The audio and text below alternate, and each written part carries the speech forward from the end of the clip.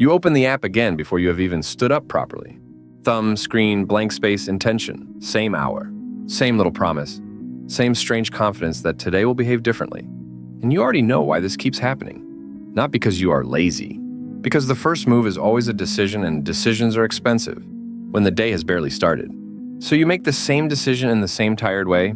You say you will start after coffee, or after the shower, or after one more email. The task stays clean in your head because it has not met your actual morning yet.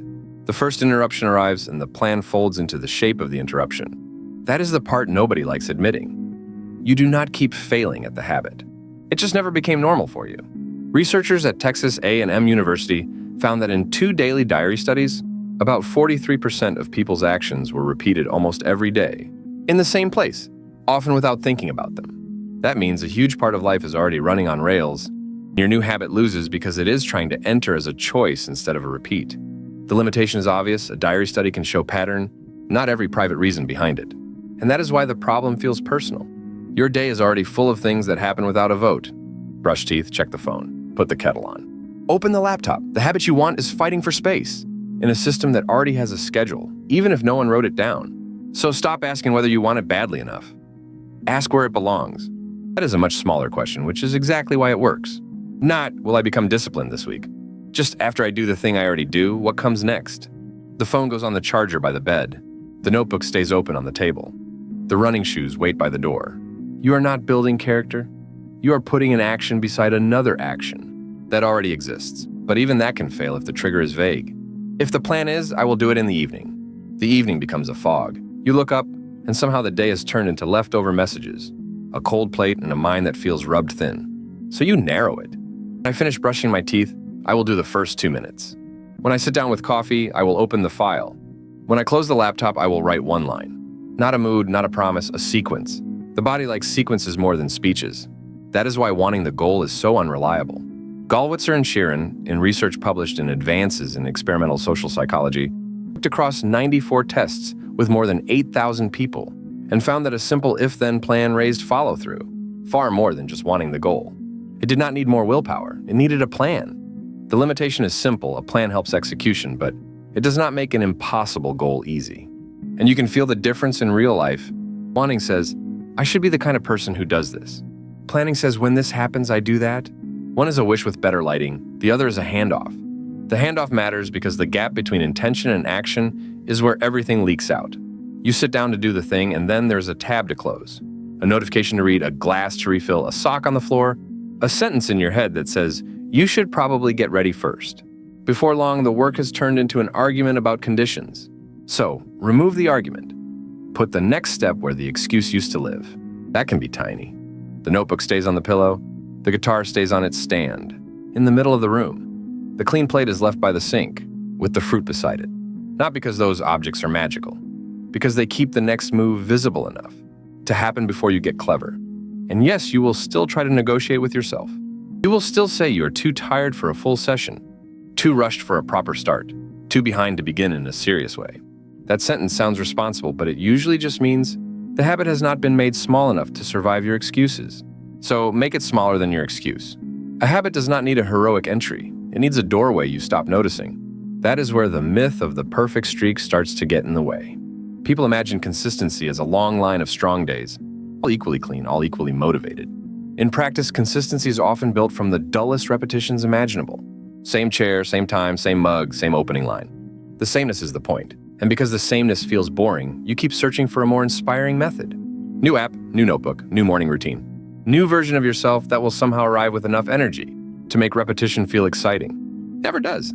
Excitement is a terrible employee. It shows up late and leaves early. So let the habit be boring. That sounds small, but it changes the job. You are no longer trying to feel ready every time. You are trying to reduce the number of times you have to renegotiate with yourself. The more often the setup repeats, the less room there is for the whole inner debate that eats the morning. And the cost of not doing that is not abstract. It shows up in the half-finished language in your notes app, in the gym bag that spends 3 days by the door, in the calendar block that looks official until the second invitation lands on top of it, and nobody notices the fracture. In the cupboard full of good intentions, you never needed to buy twice. You do not need a stronger promise. You need a smaller repeat. That is why timing matters more than mood. There's a dangerous fantasy that one day you will feel different first, and then the habit will follow. More awake, more focused, more like the person who handles things cleanly. But the day is usually already happening by the time you notice your mood. And if the habit depends on a better mood, it has already lost the vote. So tie it to something ordinary that arrives no matter how you feel. After the kettle boils, after the shoes come off, after the first login, after the lunch plate is washed. Not dramatic, just reliable. Reliable beats impressive every time. And yet even reliability takes time before it feels like yours. That is where people get discouraged and misunderstand the whole process. They think if the action has not become automatic in a week or two, then the attempt failed. But habit does not care about your impatience. It cares about repetition. Lally and Wardle, in research published in the European Journal of Social Psychology, found that 96 people repeating one daily action became automatic, after a median of 66 days, with some taking 18 and some taking 254. There is no 21-day rule. Your number is not anyone else's. The limitation is worth saying plainly: automatic does not mean permanent. If the context changes and the repetition stops, that matters because your frustration often comes from using the wrong clock. You compare your day 16 to someone else's day 60, then act surprised when your body is not caught up. But the body is not being difficult, it is being literal. It learns what it keeps doing, which means early inconsistency is not proof that you are incapable. It is proof that the thing has not yet had enough ordinary days. And ordinary days are where the real danger hides. Not the spectacular collapse, the small drift, the skipped morning because of a message, the missed evening because you were tired, the one weekend that quietly overwrites the whole rhythm. A habit usually does not die in a blaze. It evaporates in a few unremarkable adjustments. So protect the ordinary day. That may mean choosing a version of the habit so small it survives bad weather. One paragraph, not a chapter. 5 minutes, not an entire session. A short walk, not a reinvention of your fitness. The goal is not to prove seriousness. The goal is to keep the chain unbroken long enough for the chain to become familiar.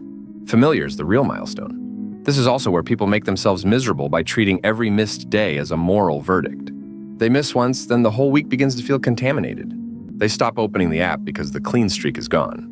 They wait for a fresh Monday, a fresh month, a fresh mood, and the habit loses another stretch of ordinary time. So do not bargain for perfect. Resume fast. That one change saves more consistency than almost any burst of motivation. Start again the next time the cue appears, not after apology. Not after punishment, just next time. The repetition matters more than the drama around it. And if that sounds too simple, good. Simple is what survives contact with a real day. Because the real day is full of tiny thefts. A message that pulls your attention sideways. A chair that becomes a nest. A browser tab that opens and suddenly the habit has been delayed. By 10 minutes, then 20, then the shape of the day itself. By evening, you cannot even point to the moment it disappeared. So shrink the moment where it can disappear. Put the document where you will trip over it. Leave the glass where you will have to move it.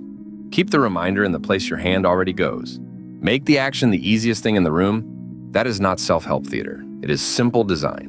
And once you see that, a lot of shame starts to look misplaced. You are not failing because you lacked some hidden quality. You are asking a decision to do the work of a structure. That is a lot to ask from a tired brain at the end of a long day. So build the structure first. Let the decision become automatic by being repeated in the same place, after the same cue until the argument gets tired and leaves. That is the whole trick, if it deserves the word trick at all. Not more intensity, less negotiation, not a better fantasy of who you might become. A place where the action can happen without a meeting. And when it finally starts to feel normal, it will not feel dramatic. That is how you know it is working. You will open the notebook without that little internal speech. You will set the mug down and reach for the file without making it into a moment. You will do the thing and only afterward realize you did not have to convince yourself first. That is what consistency is. A day that stops asking permission. Your app is open again before you have even stood up properly.